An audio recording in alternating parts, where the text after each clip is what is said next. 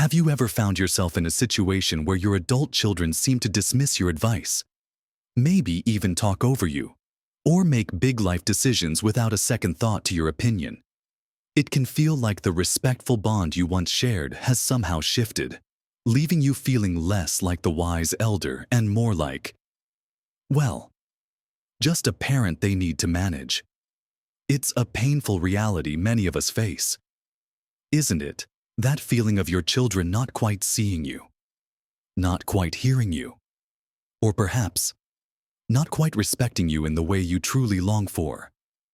We've poured our lives into them, raised them, guided them, and now it can sometimes feel like that investment isn't quite returned in the way of deep, mutual respect. But what if I told you there's a way to rekindle that respect? Not by demanding it, but by cultivating it. It's not about being stern or playing games. It's about making a few powerful, subtle shifts in how we interact and present ourselves. In this video, we're going to explore 5 powerful moves you can start making today to gently but firmly gain that deep, genuine respect from your children again. These aren't quick fixes, but profound changes that will truly surprise you with their impact. So, stick with me to the very end, because I promise, there's something waiting for you that will truly shift your perspective. So, let's dive right into our very first powerful move. One that might seem a little counterintuitive at first, but is absolutely foundational to regaining respect. It's about reclaiming your own vibrant, interesting life. Think about it. When our children were young, our lives revolved around them. Their schedules became our schedules, their needs, our priorities. And that was beautiful, wasn't it? But as they've grown into adults, it's easy for that pattern to persist. We might find ourselves waiting for their calls, rearranging our plans around their availability, or even feeling a little lost if they don't need us for a while. And while it comes from a place of immense love, this can inadvertently send a message that our worth, our purpose, is solely tied to their needs. Our children, deep down, want to see us thriving, independent, and joyful. They want to know we have a rich, fulfilling life beyond them, just as they are building their own. When we cultivate our own passions, friendships, hobbies, and interests, we become more interesting, more vibrant, and frankly, more respectable individuals. It's not about being busy for the sake of it, but genuinely pursuing things that light you up. Maybe it's joining a book club, taking up painting, volunteering for a cause you care about, learning a new language, or even just dedicating time to your garden or a long-neglected craft. When you have your own stories to tell, your own adventures, your own challenges that have nothing to do with your children, you become a person of depth and intrigue. You're no longer just mom or dad waiting on the sidelines. You're an individual living a full life. This creates a natural boundary, a healthy distance that paradoxically brings you closer. Your children will see you as a complete person, not just an extension of their needs. They'll respect your time because you clearly value it yourself, and they'll start to seek your company not out of obligation, but because they genuinely enjoy being around your vibrant energy. It's about showing them, without saying a word, that you are a person of value, with a life worth living, independently of them. This isn't selfish, it's self-respect. And self-respect is a magnet for others' respect. Try to identify one thing you've always wanted to do, or used to love doing, and commit to spending regular time on it. You'll be amazed at how quickly your children notice, and how their perception of you begins to shift. Now, let's move on to our second powerful move, one that focuses on how we interact with our children. And it's all about active listening and empathy. You see, when our children were little, we were the fount of all wisdom, the problem solvers, the ultimate authority. And while that role was vital then, it needs to evolve as they become adults. Often, when our adult children share something with us, our first instinct is to jump in with advice, to offer solutions, or even to share our own similar experiences. While well-intentioned, this can sometimes make them feel unheard, or as if we're not truly grasping their unique situation. Active listening means truly hearing what they are saying, both the words and the unspoken feelings behind them, without immediately formulating your response or judgment. It's about creating a safe space where they feel completely comfortable sharing their thoughts, fears, and triumphs, knowing they'll be met with understanding, not immediate correction or a lecture. When your child comes to you with a problem, try to resist the urge to say, "Well, what you should do is..." Instead, try phrases like, "That sounds incredibly tough. Tell me more." Or, "I can see why you'd feel that way."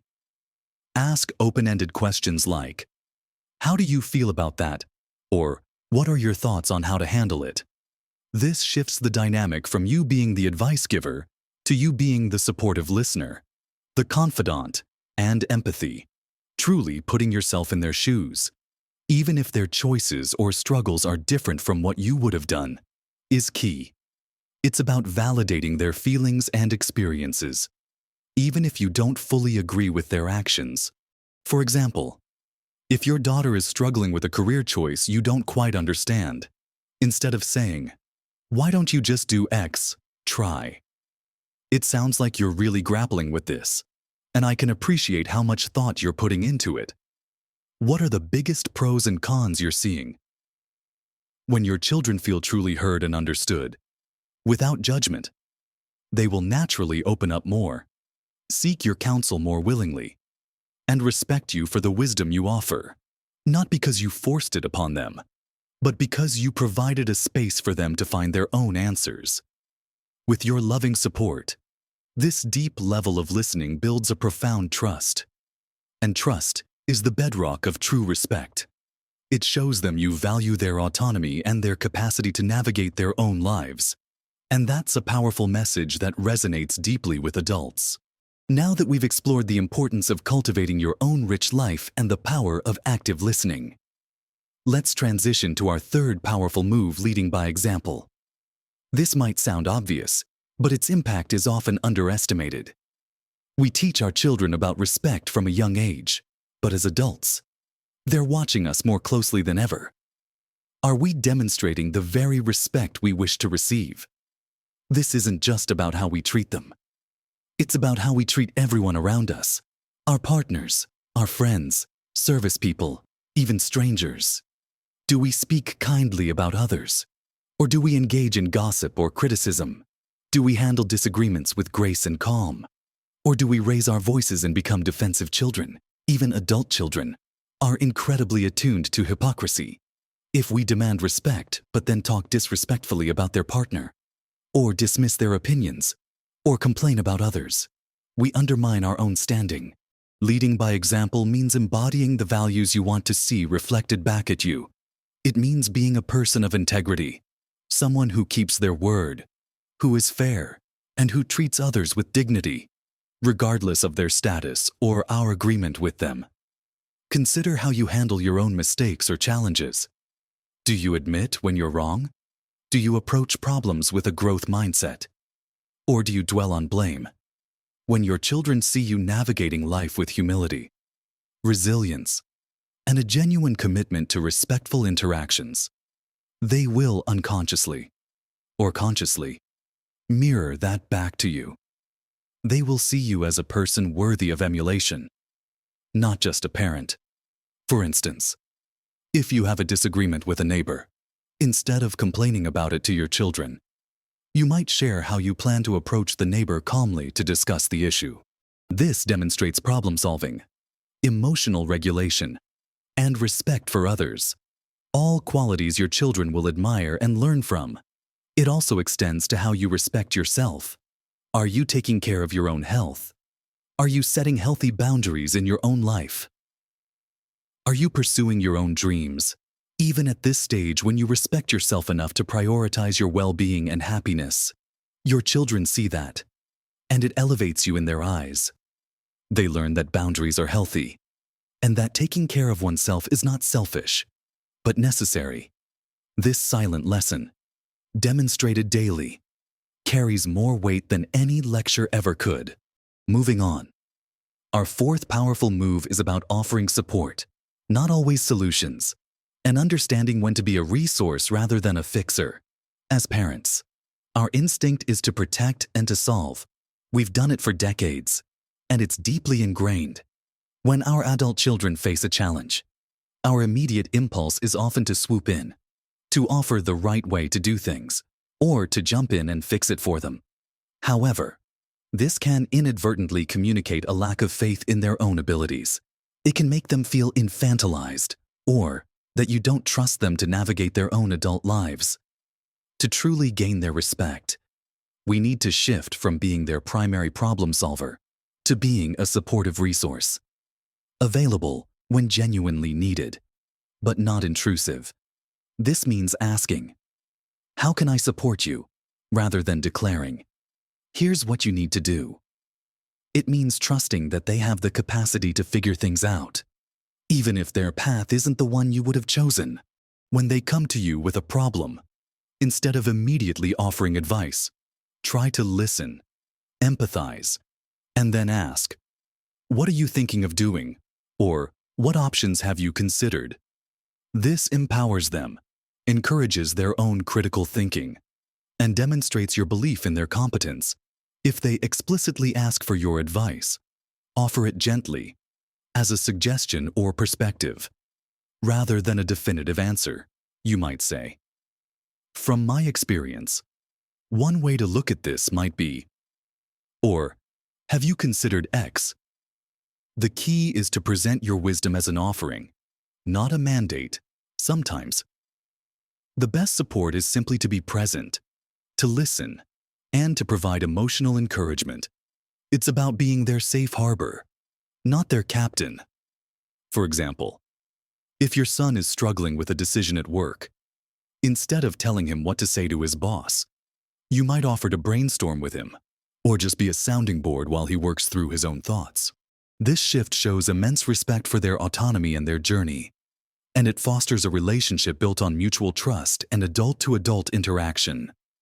When they feel truly capable and trusted by you, their respect for you as a wise, supportive elder, rather than an overbearing parent, will grow immensely. Finally, our fifth powerful move, and one that perhaps requires the most humility and courage, is embracing apology and forgiveness. None of us are perfect.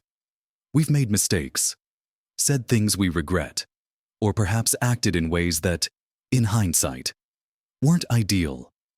And our children, being human, have also made their own missteps. The ability to genuinely apologize when you've fallen short, to own your part in any misunderstanding or hurt, is an incredibly powerful act that builds profound respect. It shows humility, vulnerability, and a deep commitment to the relationship. It's not about groveling, but about sincerely acknowledging your impact. A simple, "I realize now that what I said might have come across as dismissive, and I truly apologize for that. That wasn't my intention," can mend wounds and open doors. It models healthy conflict resolution and demonstrates that you value the relationship more than being right. And equally important is the ability to forgive. Our children, especially as they navigate adulthood, will make choices we don't agree with, or perhaps even hurt us unintentionally. Holding on to past grievances, resentment, or judgment only creates distance and erodes respect.